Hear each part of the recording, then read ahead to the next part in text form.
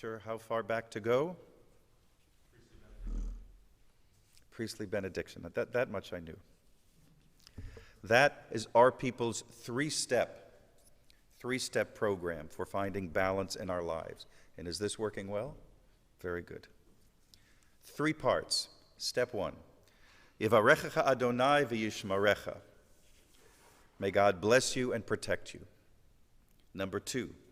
Ya'er Adonai panav elecha v'chuneka. May God deal kindly and graciously with you. And step 3. Yisa Adonai panav elecha v'yasem lecha shalom. Let God bestow favor upon you and grant you peace. There are lots of different ways to translate each of these lines of the benediction.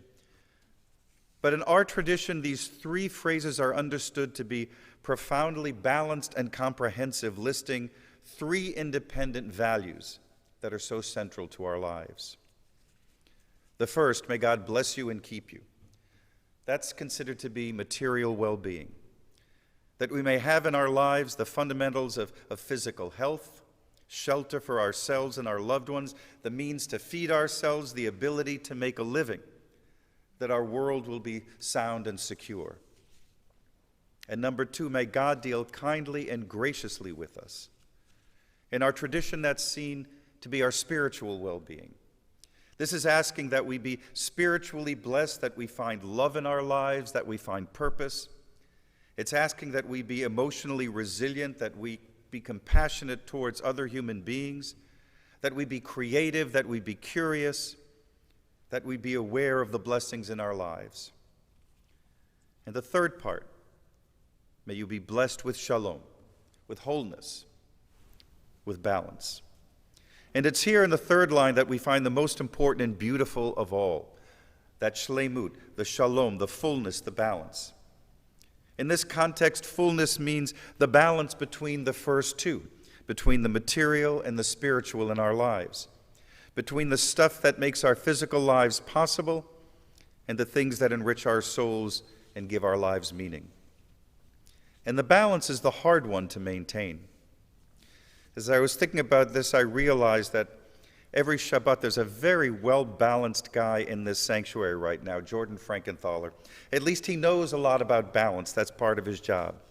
If you were here right now and you could see Jess, you could see the cantor, Alex and Mark and Scott, you'd be able to watch Jordan sitting there in the back at this big complicated board, working very hard to bring balance to this place.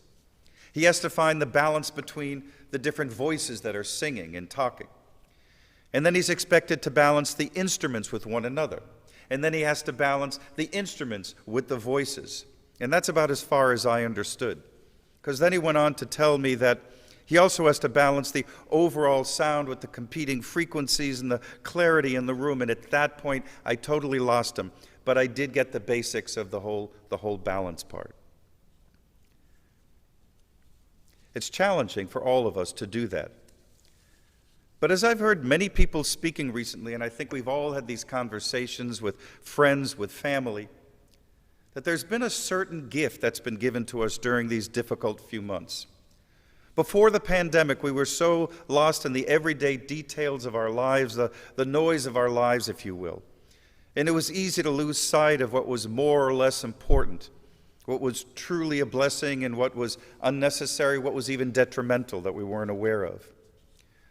But a silver lining of these weeks and months is that for many of us, it's brought a certain clarity to what is important and to what isn't. It showed us that some of the things that we've been obsessing about in life are really inconsequential. It showed us that some of the things we weren't thinking enough about are indeed very important and should be pulled back into the central focus of our lives. Family in different ways has taken on new meaning. Friends have taken on new meaning. Family has taken on new meaning. Our working days have become a bit more focused and hopefully in the future, a bit more balanced as well. So we are all cordially invited, we should know, to take advantage of this silver lining, this opportunity, and these strange and interesting times that have been thrust upon us. So may God bless you and keep you. May you be blessed with the wherewithal to have a safe home, to be nourished, to be healthy in your living. May God deal kindly and graciously with you. May you be emotionally and spiritually strong, resilient, and fulfilled. May God bestow favor upon you and grant you peace, shalom, balance. May your material and spiritual worlds become more balanced to fill your life with sacred purpose and with profound meaning. Amen.